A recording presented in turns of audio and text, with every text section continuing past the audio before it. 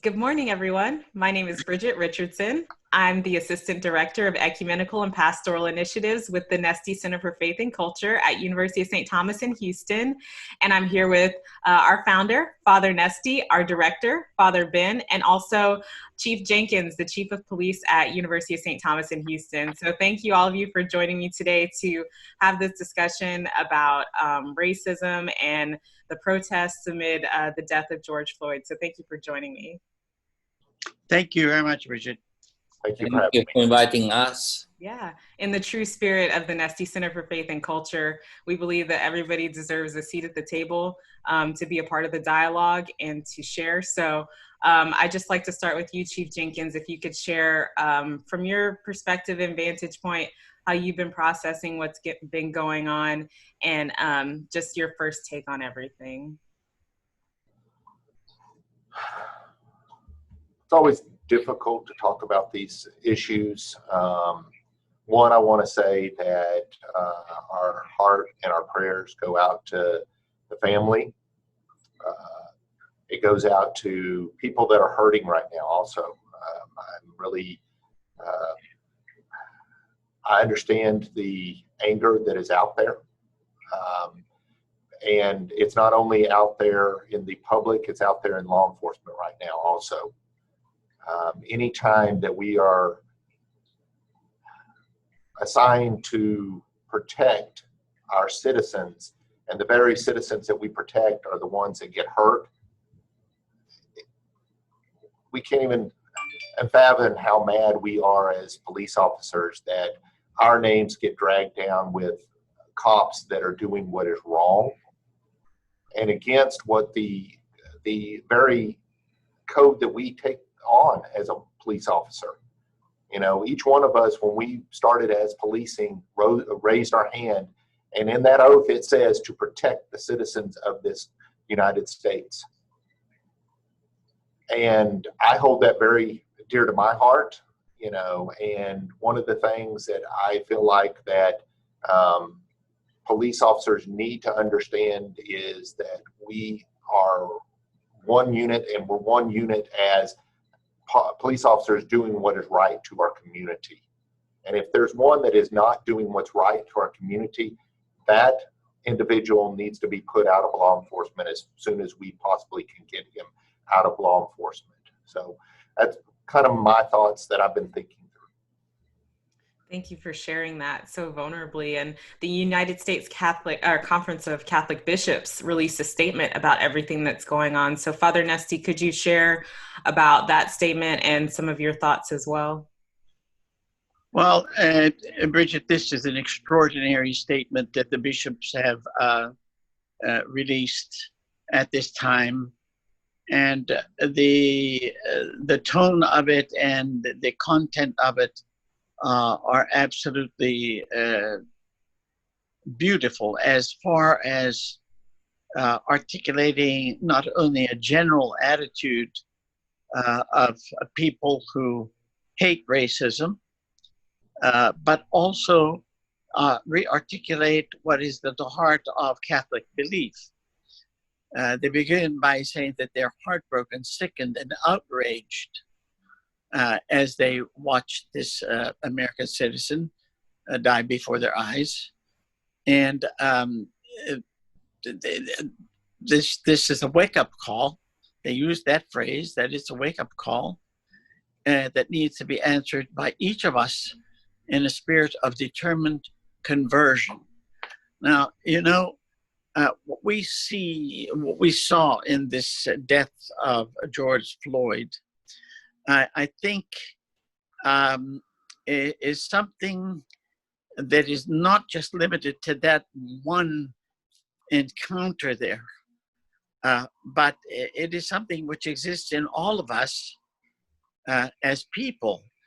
And from a Catholic point of view, that rupture in us, that split in us, that tendency to divide and rather than unify people, to scapegoat people, everybody's scapegoating everybody else.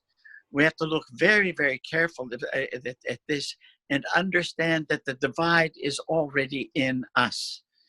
And, traditionally, we call that, from a theological point of view, original sin.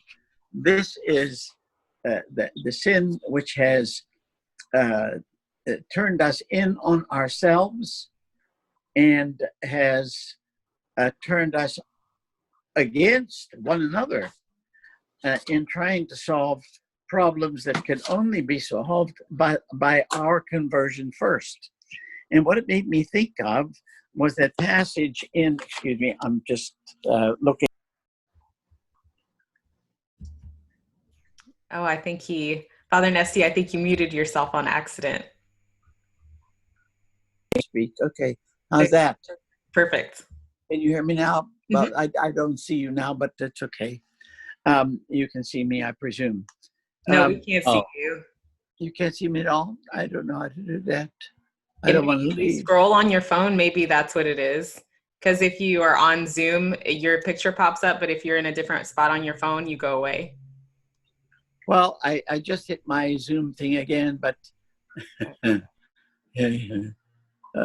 let's try that. No, in any event, you can hear me. Mm-hmm. All right.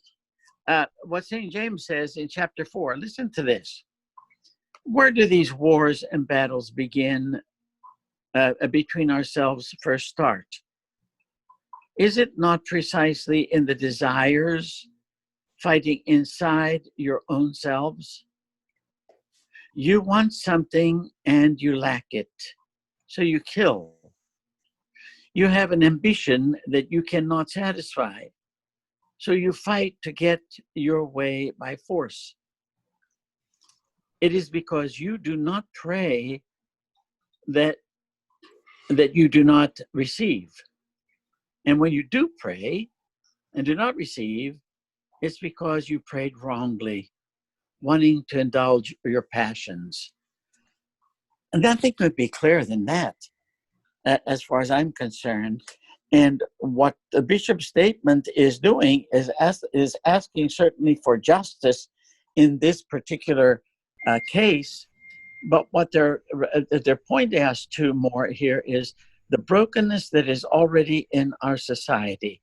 That this incident only becomes a symbol of what we are still experiencing in our society by way of racism and trying to scapegoat other people. This is going to go on. It's never undone. It's part of the human condition. And unless we begin to look at every person as being created in the image of God, and that God stands behind every person we encounter because he's the creator of us all, I think we just have our attention directed in the wrong way. So this statement, as they go on here, it clearly says racism is not a thing of the past or simply a throwaway political issue to be bandied about by when convenient. It is a real and present danger. When it comes to racism in our country, and this is what what saddens me so much, it began, I think, in an intensive way in 1619 when we brought the first slaves to this country. And the racism that goes on in our country, or what we see or how we perceive people of color, is nothing but the fallout of that horrendous slavery that we brought here to undergird an economic system. So the bishops go on. While it is expected that we will plead for peaceful, nonviolent protests, and we certainly do, we also stand in passionate support of communities that are understandably outraged. Too many communities around this country feel their voices are not being heard. Their complaints about racial treatment are unheeded, and we are not doing enough to point out that this deadly treatment is antithetical to the gospel of life. Wow. I could go on here. If you want to, I can come back and comment on it. But it's a tremendous statement, and it points all the things that we ought to be doing. And I hope that we in various parishes, even of the archdiocese, will make our voices heard and call for an end of this division that is going on, and particularly the scapegoating, one way or the other. Okay? Yeah, and Father Ben, do you have some comments and thoughts? I know you shared a few of your thoughts with our Nestea CFC community as well. I think Father Nestea just mentioned voice. I think sometimes we need to be able to allow the people to have the freedom to express their own voice and their feelings. I work as a missionary, in different countries. I just returned to America the last maybe a year and a half. Every time we bring people together, whether married couple, whether people from different cultures, people always came from different background. And then Father Nestea just mentioned, we are all situated in the context of sins. That is, we have many problem of biases, a personal bias, a group bias, or social, political, or cultural biases. And these things become almost like the blinding kind of perspectives, not allowed to see ourselves as clearly as we see, and see others as dignified human beings. Sometimes I think in this kind of situation, and put in the context, our country and the whole world is going through a lot of problems. Yeah? We are facing the virus, coronavirus, and people are living in anxiety, in fear, in that sense of powerlessness, and then they get stuck at home. And sometimes family life has a lot of family issues or problems, and then sometimes we don't know how to communicate. And there's a lot of anger building up, a lot of anxiety building up in this person. And then this event happened when one human being, a black man, George Floyd, is being unjustly treated, and then being almost like his life was taken away from him unjustly. When you saw the video, 8 minutes, and it's really just like Hello? Oh, I think Father Ben is cutting a little bit too. and guard human lives, but he is really, in a way, did not do the job, and it's really a sad thing. A sad thing. So this is the time when we really maybe this event is a very sad event, but it's the time for us to be able to create many occasions for people to come together to voice their concerns, to express their feelings, and then to feel like they are being heard, being listened to, being cared for, be understood. And I think the problem that sometimes I think we are not creating that kind of atmosphere where people feel like they're being attended, being cared for, being listened to. I mean, I work with married couples. Sometimes, husband and wife can live together for 20 years, 30 years, 40 years, but they don't feel like they're being understood, being heard by the other person, being loved by the other person. Because of that, there's violence. Yeah? There is defensiveness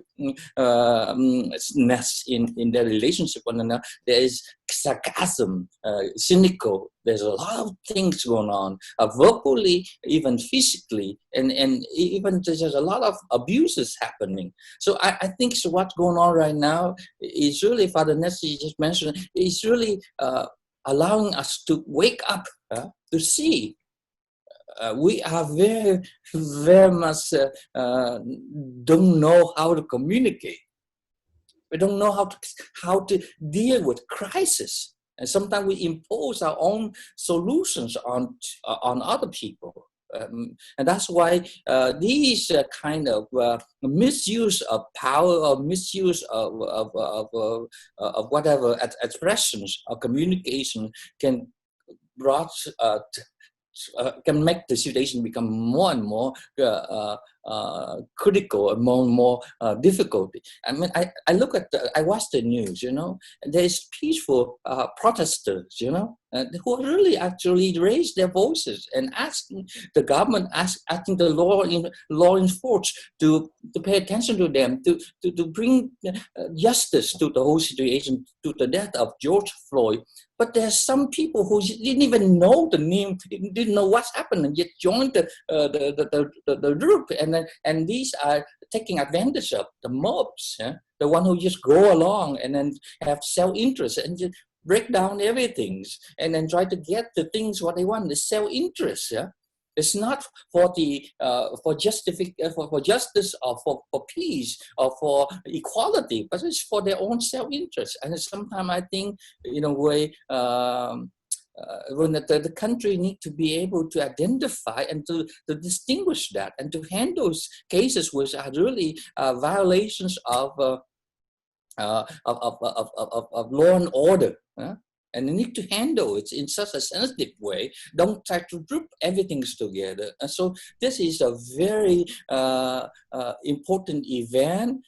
It's a wake-up call. It's calling us to pay attention more and to be able to be much more careful in discerning what is the best way to juggle with this kind of messy, confusing, and difficult situations. And then we need to sit down and handle and talk to one another a lot more. And I think Father Nestea talked about the church. I mean, the Catholic Church talked about human dignity, the equality of all human beings. And also, we need to dialogue. And Jesus came to do what? And try to be the ambassadors of reconciliations.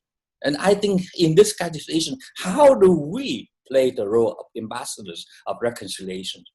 And I think that's important. To do that, we need to learn to know, first of all, what is human, the dignity of a human person, and then what are the violations of that.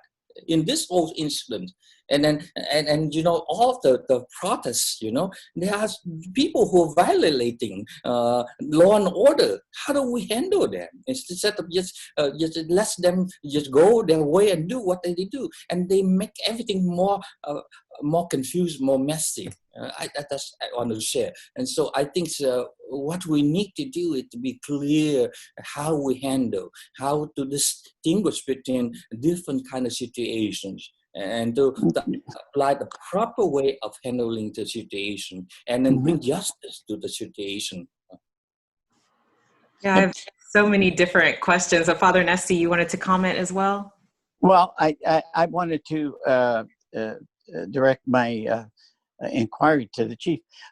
When you're going through police training, how would they address the question of racism, etc., in that training?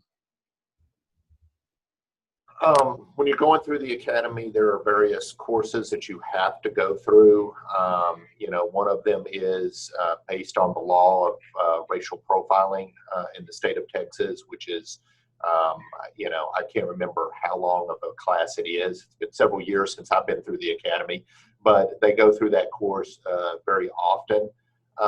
But there's also different opportunities that we take, and I think as chiefs, we have to take on our own responsibility is when we're hiring an officer that we talk about these issues, that we address them with our officers.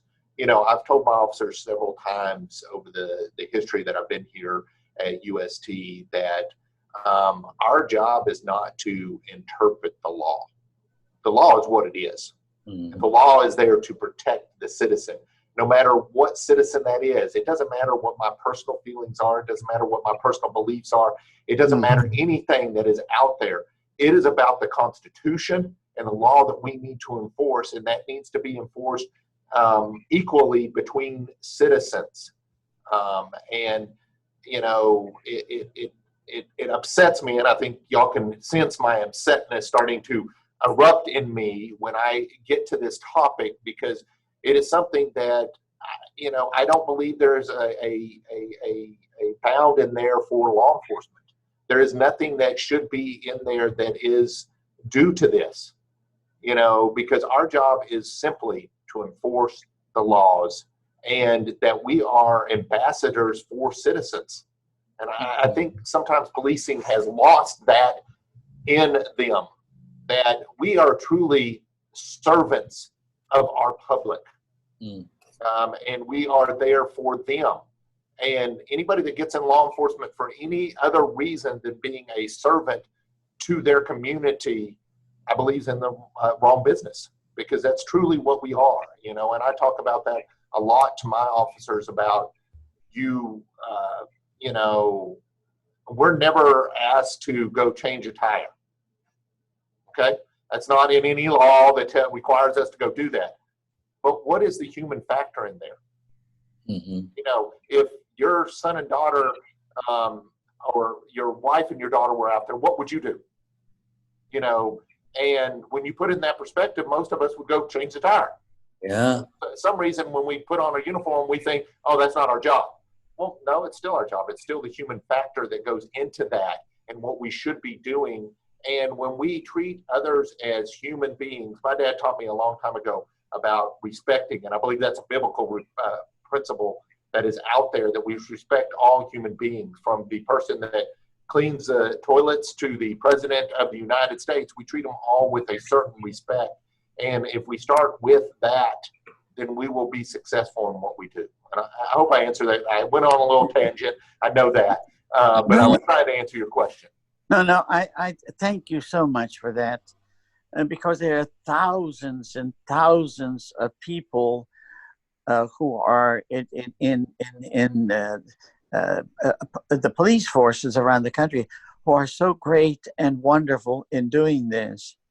And the reason I asked the question was to understand a bit of how you're trained, because when for instance, if I compare it to seminary training for priests, you know, we have at least 8 years to review a guy and see a guy and so forth and so on.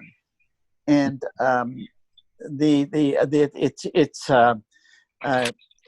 it's a matter of the screening, and also not just psychological screening, but the human screening, as you say.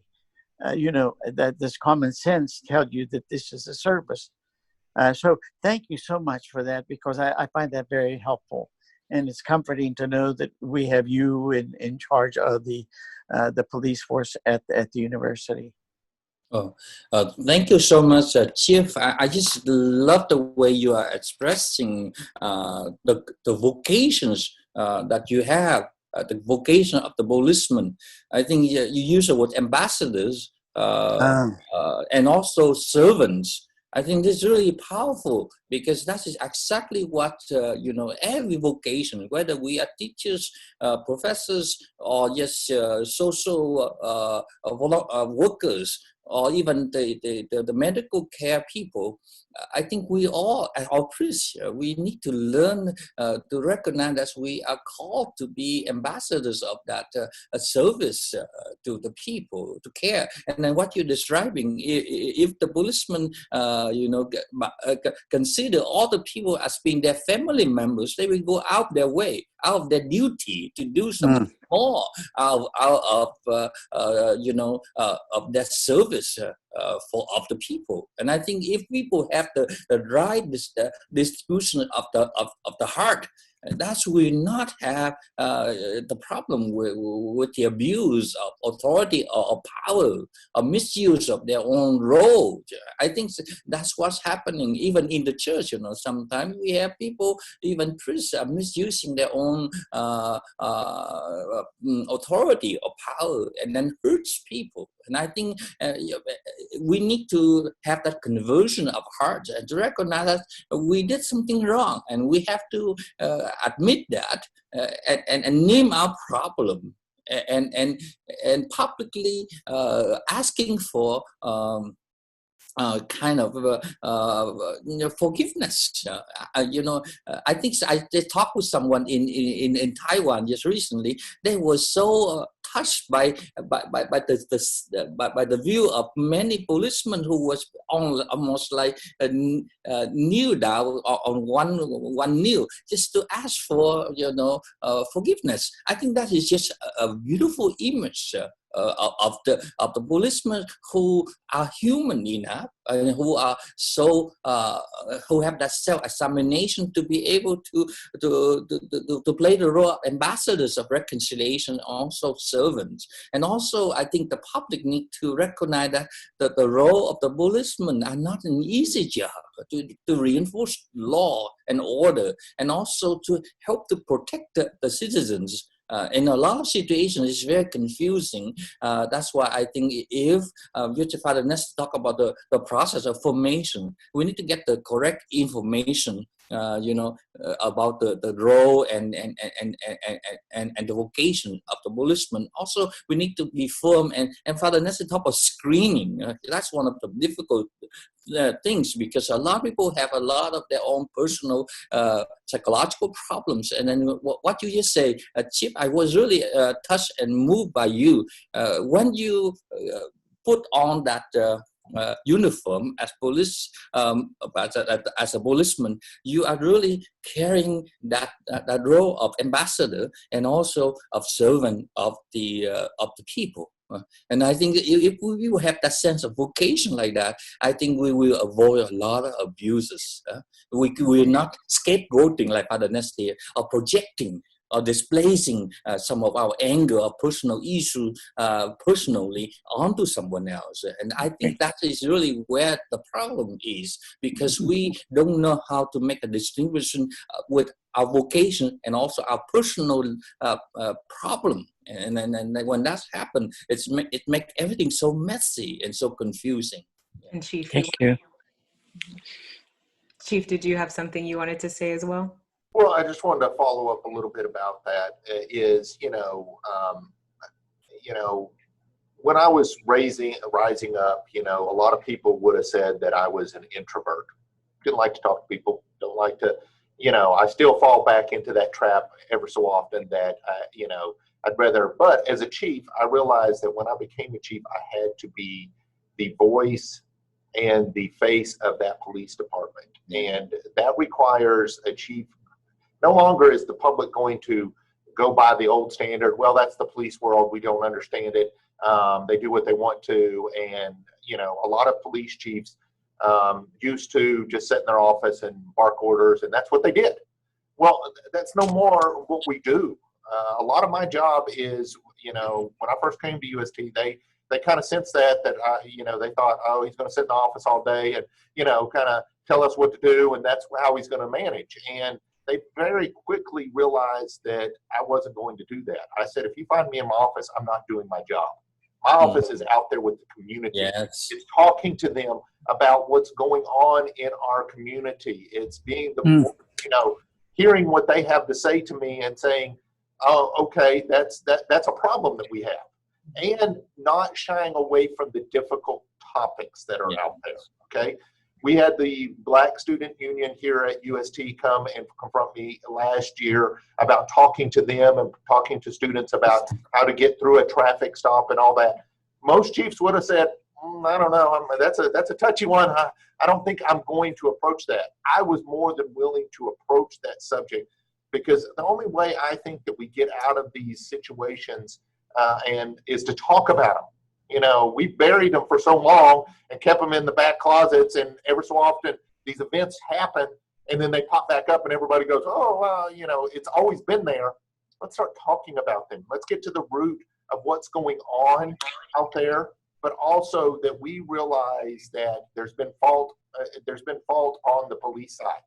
Yeah. I'll stand up and say right now, we have not handled situations correctly in our own line of work as we've been out there. Mm-hmm. And I think that's the first amendment that we have to make as police officers, is that we haven't always done everything right, and nor are we going to do everything right. But when we do it wrong, we come out and we say, yeah, we messed up. This is what's happened. This is how we're going to fix it. and this is how we're going to move to the next side of what we're going to do. That we have that ability to do that. So, I have a question to ask you, Chief. How do we handle all of the people take advantage of the protests, and to take the mobs and generate a lot of riots? I think we should have stopped it from the beginning. If we stop the first guy who threw the stone and arrest that, because that is violations of the security, law and order and safety of. And I think we should handle it instead of just delayed reaction too fast and it become a messy situation. And how do we handle that situation? And a lot of, so that's we have to separate the real peaceful protests, and also these people who take advantage of it and make things so muddy and so confusing. And I think we have to handle it in such a way that we don't create more problems. And for me, sometimes the solutions have to be applied as soon as possible. If you delay too much and it becomes cancerous, it begins to affect everyone else, and it even affecting the healthy people. Thank you. The groundwork has to start from the very beginning. I had a chief. He just retired in the city of Arlington. He talked about the Ferguson case back there. And one of his statements was that it starts when a chief takes over. Yeah. From that point, it starts the foundation that you're building. Because once it gets to an incident, it's too late to get the public involved, get the public on your side. It's too late at that point. Because if you haven't been involved in the public before, it's not going to, whatever you do is going to look like a Band-Aid anyway to the public. Yeah. And so what has to happen is you have to get out there immediately and get involved in the public. What people don't understand is, around the time that Ferguson case came up, there was also an incident in the city of Arlington. They had a racially charged shooting that was there. But did we see this rioting that happened in the city of Arlington? No, we didn't see that, because he said we did a good job of getting within the community, getting in within community dividers. He had several of the community leaders call him and say, we will tell you right now, there will not be rioting in our streets today. And there was no rioting, because they'd done a good foundation of building that trust that we have to build. Because if we sit behind our desk and just do the job every day and don't get out in the public and talk to them, we're doing a disservice to the public, because they don't get to know us as human beings. They don't get to know us as fathers, mothers that are out there in the society, and we want our society to be the best that it possibly can be, just like the citizens that we are protecting within there. And that's one of the things that I was taught very early. And when I came in here at UST, there was a definite disconnect between the law enforcement that was here. I felt like when I got interviewed for the job, the clear term that came to me was us against them. Yeah. And I went, whoa. We've got a problem from the start. Now, there are certain times that law enforcement have to act over here, and we can't say a lot about what's going on. Those are very few and far between, especially in a college campus. We're in an environment where we can be more open about what we're doing. We can talk to people, and I talk very heavily with my department from the very start. We have to earn the trust of the public, because we're going to have an incident. I don't know when that incident's going to happen. I just know it's going to happen, and we're going to have to call on the public to say, we trust these guys. They're going to handle this situation, and if a law enforcement officer has done what is wrong, they're going to get that guy out of law enforcement if they can. Or if he's done what's right, they're going to support that law enforcement officer. And that is a trust that I hold very dear to me. And it's a revolving trust, especially at a college university, that every 4 years we have a new set of freshmen. We have a new set of freshmen every year come in that we have to build that trust. And so I think the start of this is building those foundations from the start. The time of riots and looting and all that, people aren't willing to hear at that point. And the natural reaction for law enforcement is arrest, arrest, arrest. Well, that's only going to excite people sometimes even more to the cause of what they're doing. You know, and I don't have an easy solution to that problem.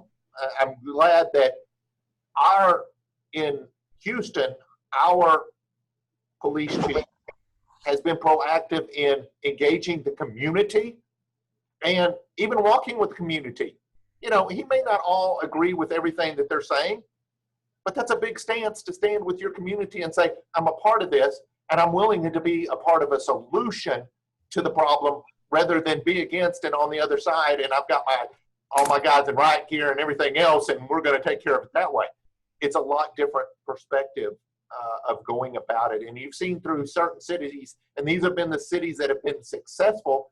And I believe the chiefs have already done a good job of building that trust in that community from the very start, that they already built that relationship, so that when they go out there and they get in that line with everybody else, everybody's like, hey, we know that guy. We know who he is, and we can trust him that if that happens in the city of Houston, we're going to deal with that issue. And so I'll talk about it for a few minutes. Chief,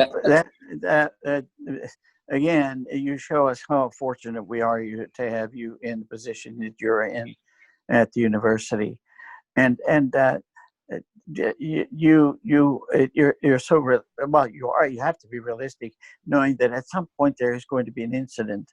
But what you're pointing to is all of the community building and the relationships and the trust that have to be an ongoing task, not just of yourselves as police, but the entire community has to be interfacing with that and making its own contribution to the building of the trust.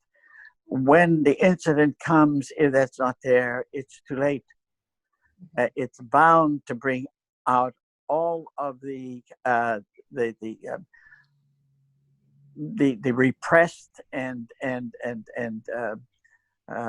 that's the only word I can come up with. The repressed anger of people in so many different areas, and then they coalesce and they come up and they erupt, even though some people wouldn't even know about the incident that they're protesting about. So thank you for that. Could I ask you, Bridget, to make a comment? Sure. You know, I'm excited that you're showing a little outrage. If I can be totally honest, you know, reading the usccb statement, I was thrilled that they used such strong language to show what is really at stake here. And the fact that you're angry and showing emotion, I think it's a good thing, and I think it's okay. And I love the way that this conversation has shifted to one of trust, community building, relationship, because that's the only thing. Of course, we need systemic change. Of course, we need people to vote. Of course, we need those things. But relationships, now we know you, Chief Jenkins, we know who you are. Our relationship has totally changed. I hope that students and the community watch this video and see you for who you are. See Father Ben, Father Nestea, see me. You know, we are people trying to figure this all out together in relationship. And so I just appreciate everyone sharing from their heart and sharing so beautifully about what we're all working toward in this world. Yeah, I just want to say one thing. I was really moved by what you say, that it's not us against them. That's us together. And we are part of the community, and how we come in and relate to one another in such a way that they feel that we are of the family. You know, we are brothers and sisters together. I mean, it doesn't matter what color of skin, so it doesn't matter our backgrounds or our cultural background or family of origins. We are together in the thickness of all of the problems, social problem, political problem, or even cultural problem, family problem. And we have to trust one another enough that we will take time to dialogue. And without trust, what you say, we cannot dialogue, and we cannot even relate to one another and collaborate with one another to figure out what is the best solution to this incident, to the problems. I think that's when communication break down, because there's no trust. And I think what I love the way you respond. It's not the bandit's problem. We are not providing the problem when the incident happens. We have to prevent the problem happening. And I think I'm so glad to live here in Houston and to have someone like that, like you know, working at the UST, because this is really what's important. We need to be able to build community and to move away from that us against them, you know, and we need to begin to see that we are all together in it, and that's the only way we can really resolve some of the unfortunate instances that happening. Yeah, that will happen. We cannot find a perfect society. We cannot find a perfect community. Even UST is not a perfect place. You know, each one have their own personal bias agenda. But how we come together and say, this is our community. This is our family. And then we trust one another enough that we can open and dialogue and make sure that when we open our mouth and say something, our voice being heard, you know, so sometimes we feel like whatever we say, nobody cares, you know, and we just say it like a wind blowing by, you know, and then nobody take account of what we are saying and give us a feedback. And I think it's important for us to build that trust and make people feel that their voice is heard. And then we, each one of us is important in the community. It doesn't matter what title, what position, what backgrounds that we have. And we all are one family. Thank you so much. Well, if I can take one point from that, I mean, I'm glad you used the term family. Yeah. Because family has a lot to do with this. Because, you know, as families, we all bicker, we all disagree, but we still love the person on the other side. That's right. You know, and, you know, when, you know, and that's what, you know, I always love that term family, because we can disagree. We can be on opposite sides of two different viewpoints, but family brings it back together. Family still stands with each other and says, okay, that's all right to disagree, but I still love you. I still care for you. I still want you to be a part of my family because I care about you.